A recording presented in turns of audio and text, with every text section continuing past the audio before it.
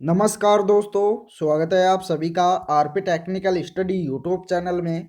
तो दोस्तों, आज की इस वीडियो में अपन बात करेंगे इलेक्ट्रीशियन थ्योरी का ऑनलाइन टेस्ट नंबर 25 के बारे में। 24 पहले अपलोड हो चुके हैं, जिनका लिंक आपको नीचे डिस्क्रिप्शन में मिल जाएगा, तो वहां से देख लेना। यह अपन कर रहे थे 1500 एमसीक्यू सीरीज का ऑनलाइन टेस्ट सीरीज, जिसमें अपन ने 24 कर लिए हैं। और आज बात करेंगे ऑनलाइन टेस्ट नंबर 25 के बारे में, जिसमें अपन ने 24 तक 700 क्वेश्चन कंप्लीट कर लिए थे। तो आगे के क्वेश्चंस को देखेंगे, तो चलिए शुरू करते हैं। तो दोस्तों, क्वेश्चन नंबर 701 है, स्पीकर्स को बॉक्स में रखने का उद्देश्य क्या होता है। स्पीकर होते हैं, उनको बॉक्स में क्यों रखा जाता है। ऑप्शन इधर का स्पीकर को धूल से बचाना, बी दे रखा है स्पीकर को त्रुटि से बचाना, सी दे रखा है स्पीकर को दुर्घटना से बचाना, डी दे रखा है ध्वनि आउटपुट की उच्च क्षमता प्राप्त करना। तो स्पीकर को बॉक्स में क्यों रखा जाता है, इसका मुख्य उद्देश्य क्या होता है। तो दोस्तों, इसका राइट आंसर हो जाएगा ध्वनि आउटपुट की उच्च क्षमता प्राप्त करने के लिए उनको बॉक्स में रखा जाता है। राइट आंसर होगा ऑप्शन नंबर डी। अगला क्वेश्चन दे रखा है, पदार्थ मृदु होने के कारण विकृत हो जाने की वजह से एसडब्ल्यूजी के इस्तेमाल से किस वायर को मापा नहीं जा सकता है। इनमें से किस वायर को स्टैंडर्ड वायर गेज के द्वारा नहीं मापा जा सकता है। तांबा, टंगस्टन, इस्पात या एल्यूमिनियम। करेक्ट आंसर कौन सा होगा इनमें से। तो दोस्तों, इसका राइट आंसर हो जाएगा एल्यूमिनियम को नहीं मापा जा सकता है। करेक्ट आंसर होगा ऑप्शन नंबर डी। अगला क्वेश्चन दे रखा, टर्मिनल्स बनाने के लिए साधारणतः किस पदार्थ का इस्तेमाल किया जाता है। टिन का, रजत का, टंगस्टन का या तांबा का। तो टर्मिनल बनाने के लिए इसमें से किस पदार्थ का इस्तेमाल किया जाता है। तो दोस्तों, इसका राइट आंसर हो जाएगा तांबे का। करेक्ट आंसर क्या होगा, कॉपर है। राइट आंसर होगा ऑप्शन नंबर डी। अगला क्वेश्चन दे रखा है, प्रतिरोधों को पीसीबी में सोल्डर करने के लिए सोल्डरिंग आयरन की वाट क्षमता क्या होनी चाहिए। 25 वाट, 60 वाट, 150 वाट या 200 वाट। राइट आंसर बताइए कितना होता है, वाट क्षमता क्या होनी चाहिए। तो इसका करेक्ट आंसर हो जाएगा 25 वाट। करेक्ट आंसर होगा ऑप्शन नंबर ये। अगला क्वेश्चन दे रखा है, इलेक्ट्रॉनिक सोल्डरिंग कार्य में प्रयुक्त रेजिन कोर सोल्डर कितने तापमान पर पिघलता है। ऑप्शन ने दे रखा है 190 डिग्री सेल्सियस, बी दे रखा है 500 डिग्री सेल्सियस, सी दे रखा है 600 डिग्री सेल्सियस, डी दे रखा है 1000 डिग्री सेल्सियस। तो इलेक्ट्रॉनिक सोल्डर कार्य में प्रयुक्त रेजिन कोर सोल्डर कितने तापमान पर पिघलता है। इसका करेक्ट आंसर हो जाएगा ऑप्शन नंबर ये, 190 डिग्री सेल्सियस पर। करेक्ट आंसर होगा ऑप्शन ये। अगला क्वेश्चन दोस्तों, अगला क्वेश्चन दे रखा, जब मोटर का आर्मेचर चुंबकीय क्षेत्र में घूर्णन करता है तो यह बल की चुंबकीय रेखाओं को काटता है। और फिर ऑप्शन ए दे रखा धारा प्रेरित होती है, बी दे रखा मोटर रुक जाती है, सी दे रखा है विद्युत वाहक बल प्रेरित होता है, डी दे रखा विद्युत वाहक बल का प्रतिरोध करता है। तो इसका करेक्ट आंसर क्या होगा। इसका करेक्ट आंसर हो जाएगा विद्युत वाहक बल प्रेरित होता है, अर्थात ईएमएफ प्रेरित होता है। तो इसका राइट आंसर होगा ऑप्शन नंबर सी। अगला क्वेश्चन दे रखा है, हम निम्नलिखित में से किस विधि द्वारा दुर्घटनाओं से बच सकते हैं। इनमें से कौन सी विधि है जिसके द्वारा हम दुर्घटना से बच सकते हैं।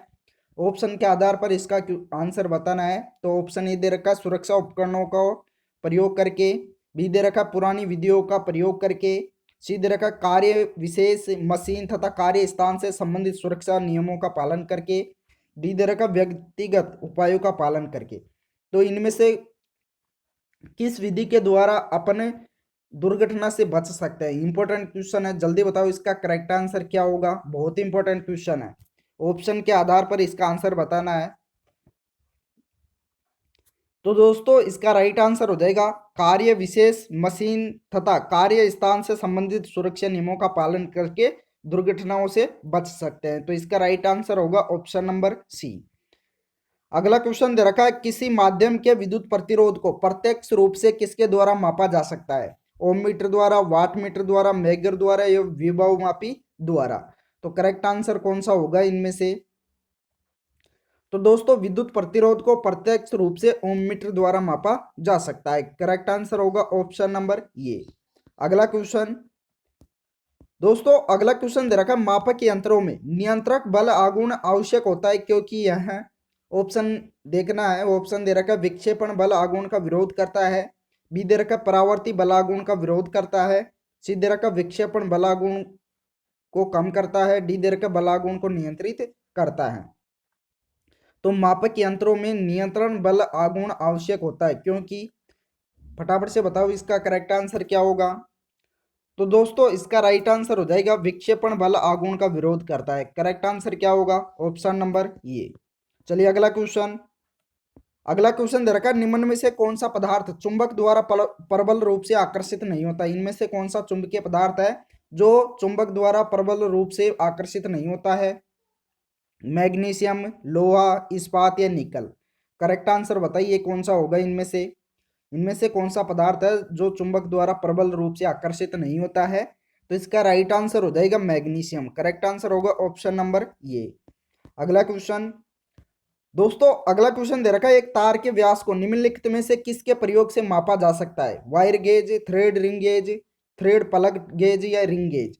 तो तार के व्यास को किसके प्रयोग से मापा जा सकता है। इसका राइट आंसर हो जाएगा वायर गेज द्वारा। करेक्ट आंसर होगा ऑप्शन नंबर ये। अगला क्वेश्चन दे रखा है, टैपित नियंत्रण विधि में श्रेणी क्षेत्र में वर्तनों को कम करने से फ्लक्स भी कम हो जाता है, जिससे क्या होता है, गति में कमी होती है, गति में वृद्धि होती है, गति में कोई परिवर्तन नहीं होता है, या गति शून्य तक घट जाती है। तो करेक्ट आंसर कौन सा होगा इनमें से। टैपित नियंत्रण विधि में श्रेणी क्षेत्र में वर्तनों को कम करने से फ्लक्स में कमी हो जाती है, जिससे क्या होता है। तो इसका राइट आंसर हो जाएगा गति में वृद्धि होती है। करेक्ट आंसर होगा ऑप्शन नंबर बी। अगला क्वेश्चन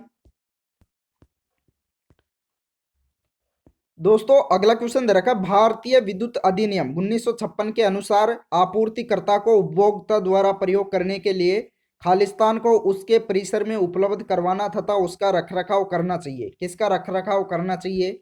ऑप्शन ए दे रखा भू संपर्कित टर्मिनल का, बी दे रखा सजीव टर्मिनल का, सी दे रखा तरंग टर्मिनल का, डी दे रखा ताम्र तार का। तो इनमें से किसका रखरखाव करना चाहिए, इंपॉर्टेंट क्वेश्चन है। तो इसका राइट आंसर हो जाएगा भू संपर्कित टर्मिनल का। करेक्ट आंसर होगा ऑप्शन नंबर ये। अगला क्वेश्चन दोस्तों, अगला क्वेश्चन दे रखा है, एक सार्वत्रिक मोटर में क्षेत्र वेस्टर्न किस प्रकार के तार से निर्मित होती है। एल्यूमिनियम तार से, सामान्य ताम्र तार से, तारों का प्रयोग नहीं किया जाता, या मोटे वल्क युक्त ताम्र तार से। तो एक सार्वत्रिक मोटर में क्षेत्र वेस्टर्न किस प्रकार के तार से निर्मित होती है, इंपॉर्टेंट क्वेश्चन है। तो दोस्तों इसका राइट आंसर हो जाएगा मोटे वल्क युक्त ताम्र तार से। करेक्ट आंसर होगा ऑप्शन नंबर डी। अगला क्वेश्चन दे रखा है, एक सीसा अम्ल बैटरी को निम्नलिखित में से किस विद्युत अपघट्य को मिश्रित करके बनाया जाता है। ऑप्शन ए दे रखा है तनु हाइड्रोक्लोरिक अम्ल को, बी दे रखा हाइड्रोक्लोरिक अम्ल तथा सल्फ्यूरिक अम्ल को, सी दे रखा हाइड्रोक्लोरिक अम्ल में जल को, डी दे रखा जल में सल्फ्यूरिक अम्ल को। तो राइट आंसर कौन सा होगा इनमें से। एक सीसा अम्ल बैटरी होती है, उनमें किस विद्युत अपघट्य को मिश्रित करके बनाया जाता है। तो दोस्तों इसका राइट आंसर हो जाएगा ऑप्शन नंबर डी, जल में सल्फ्यूरिक अम्ल को मिलाकर। करेक्ट आंसर होगा ऑप्शन नंबर डी। अगला क्वेश्चन दे रखा है, जब पी तथा एन प्रकार के पदार्थों के दो छोटे टुकड़े ऊष्मा उपचार द्वारा एक साथ जोड़े जाते हैं, तो यह संधि किस रूप में काम करती है। डायोड में, फिल्टर में, ट्रांजिस्टर में, या पीएन जंक्शन में। तो यह संधि किस रूप में काम करती है। तो दोस्तों जब एक पी तथा एन प्रकार के पदार्थों के दो छोटे टुकड़े ऊष्मा उपचार द्वारा एक साथ जोड़े जाते हैं, तो इस संधि को कहा जाता है, यह काम करती है डायोड की तरह। करेक्ट आंसर होगा ऑप्शन नंबर ये।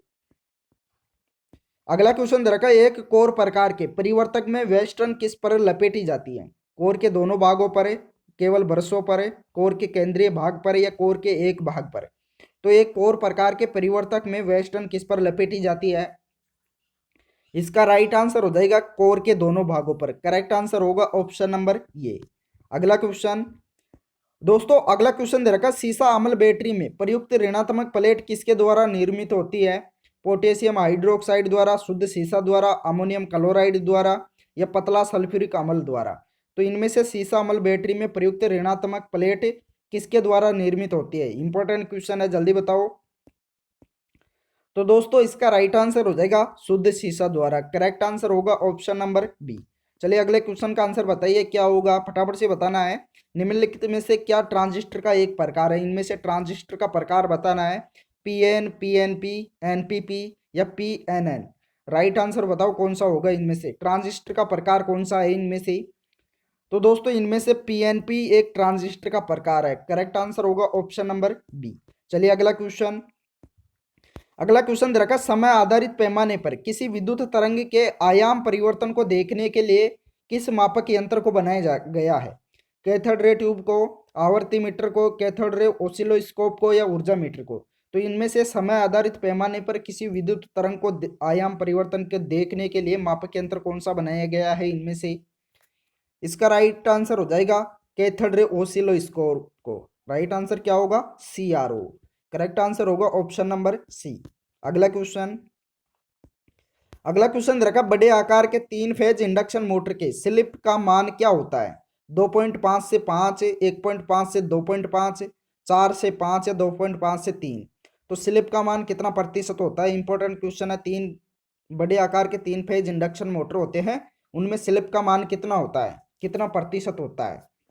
तो दोस्तों इसका राइट आंसर हो जाएगा 1.5% से 2.5% होता है। करेक्ट आंसर होगा ऑप्शन नंबर बी। अगला क्वेश्चन दे रखा है, एक 5 किलोवाट 50 हर्ट्ज का 6 pole slip ring induction motor 960 RPM तथा तुल्यकालिक गति 1000 आरपीएम है के साथ चल रहा है, तो इसका प्रतिशत स्लिप की गणना करें। स्लिप ज्ञात करके बताना है, इसमें कितना प्रतिशत स्लिप होगा। इंपॉर्टेंट क्वेश्चन है, फटाफट से ज्ञात करके बताइए, फटाफट से हल करो, इसका राइट आंसर क्या होगा? तो दोस्तों जब स्लिप का मान ज्ञात करेंगे तो क्या होगा? NS माइनस NR बटे NS, अर्थात सिंक्रोनस गति माइनस रोटर गति बटे सिंक्रोनस गति, अर्थात इसको क्या करेंगे?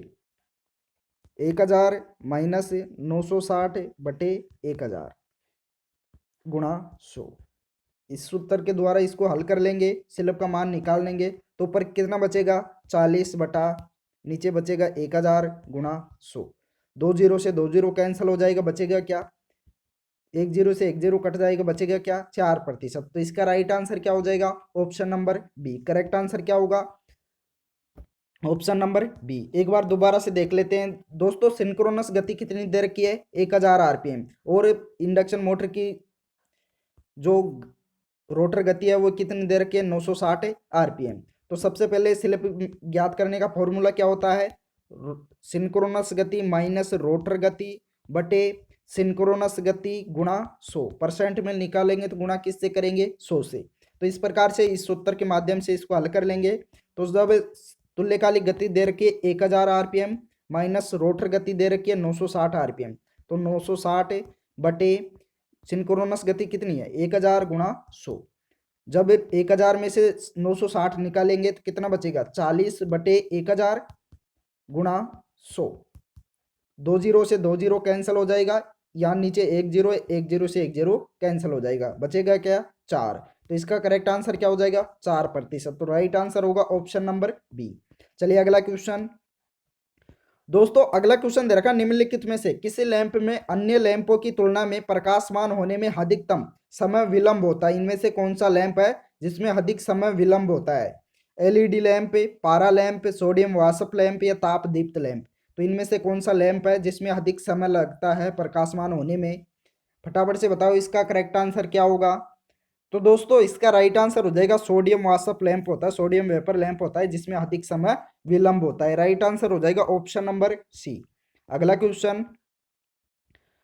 दोस्तों अगला क्वेश्चन दे रखा है, निम्नलिखित में से किस समय परिवर्तन कम्यूटेशन विधि में इंटरपोल्स का प्रयोग किया जाता है जिसके कारण वर्षों को घूर्णन की दिशा में अग्रवर्ती होने की आवश्यकता नहीं होती है? ऑप्शन ए दे रखा इंटरपोल विधि, बी दे रखा उच्च प्रतिरोध वर्षों का प्रयोग करके, सी दे रखा दोनों इंटरपोल तथा लघु पिच युक्त वेस्टर्न विधि, डी दे रखा है लघु पिच युक्त वेस्टर्न विधि। तो राइट आंसर कौन सा होगा इनमें से? तो दोस्तों इसका राइट आंसर हो जाएगा इंटरपोल विधि। करेक्ट आंसर क्या होगा? ऑप्शन नंबर ये। अगला क्वेश्चन। दोस्तों अगला क्वेश्चन दे रखा है, आर्मेचर प्रतिक्रिया का प्रभाव चुंबकीय उदासीन अक्ष को खालिस्तान की ओर स्थानांतरित करना होता है। ऑप्शन ए दे रखा जनित्र के लिए घूर्णन की दिशा, बी दे रखा समान दिशा, सी दे रखा चुंबकीय क्षेत्र की दिशा, डी दे रखा विपरीत दिशा। तो राइट आंसर कौन सा होगा इनमें से? फटाफट से कमेंट करके बताइए कि आर्मेचर प्रतिक्रिया का प्रभाव चुंबकीय उदासीन अक्ष को खालिस्तान की ओर स्थानांतरित करना होता है। किसको स्थानांतरित करना होता है? तो इसका राइट आंसर हो जाएगा ऑप्शन नंबर ये, जनित्र के लिए घूर्णन की दिशा को स्थानांतरित करना होता है। राइट आंसर होगा ऑप्शन नंबर ये। तो दोस्तों इस वीडियो में इतना ही। वीडियो पसंद आया हो तो लाइक कर दीजिए और अपने दोस्तों को भी ज्यादा से ज्यादा शेयर कर दीजिए। जिस दोस्त ने भी अभी तक चैनल को सब्सक्राइब नहीं किया है वो सभी दोस्त एक बार चैनल को सब्सक्राइब भी कर लीजिए, साथ में ऑल नोटिफिकेशन बेल को भी ऑन कर लीजिए, जिससे कि आगे के सभी नोटिफिकेशन आपको मिलते रहे। Thank you.